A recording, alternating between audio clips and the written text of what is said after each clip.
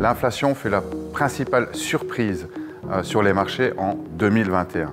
Elle a atteint 7% aux États-Unis, un plus haut depuis 40 ans. Deux facteurs principaux expliquent cette flambée des prix. Il y a tout d'abord les prix de l'énergie et des matières premières qui sont responsables de la moitié de la hausse. Cette catégorie d'actifs avait été très impactée pendant la crise Covid. Le pétrole, par exemple, se monnayait à des prix négatifs.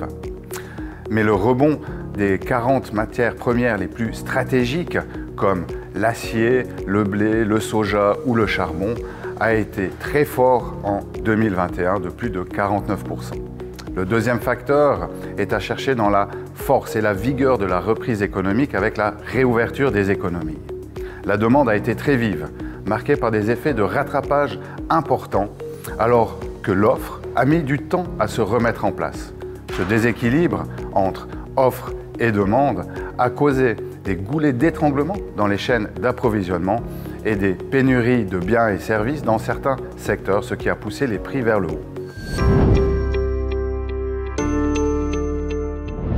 L'inflation va décroître de plus en plus à mesure que l'on avance en 2022. En effet, pour que l'inflation soit aussi élevée l'an prochain qu'aujourd'hui, il faudrait que le prix des biens et des services augmente dans les mêmes proportions en 2022 qu'en 2021. C'est un scénario très peu probable à nos yeux. En effet, les prix de l'énergie vont se tasser à la sortie de l'hiver. Quant aux tensions haussières liées aux problèmes d'approvisionnement, ils devraient se dissiper à mesure que l'offre s'améliore, ajuste ses capacités et rattrape une demande plus modérée. Finalement, les banques centrales ont saisi l'importance du problème de l'inflation et ont décidé de resserrer leur politique monétaire. Cependant, nous soulignons que ces problèmes vont mettre du temps à se résorber et que l'inflation devrait atteindre son pic entre le premier et le deuxième trimestre 2022.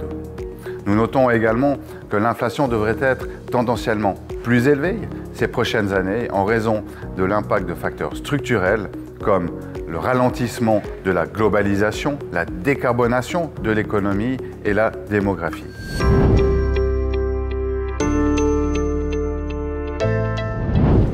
Nous avons identifié 3 thématiques actions qui devraient profiter de cet environnement. Tout d'abord, les entreprises qui bénéficient de la pontification de la courbe des taux, comme les banques ou les assurances. Ensuite, les entreprises qui ont le pouvoir de fixer les prix et qui pourront donc préserver leurs marges bénéficiaires. Finalement, les entreprises qui bénéficient directement de la hausse des prix, comme le secteur de l'énergie ou les producteurs de matières premières. L'immobilier est une catégorie d'actifs qui résiste plutôt bien en période d'inflation modérée.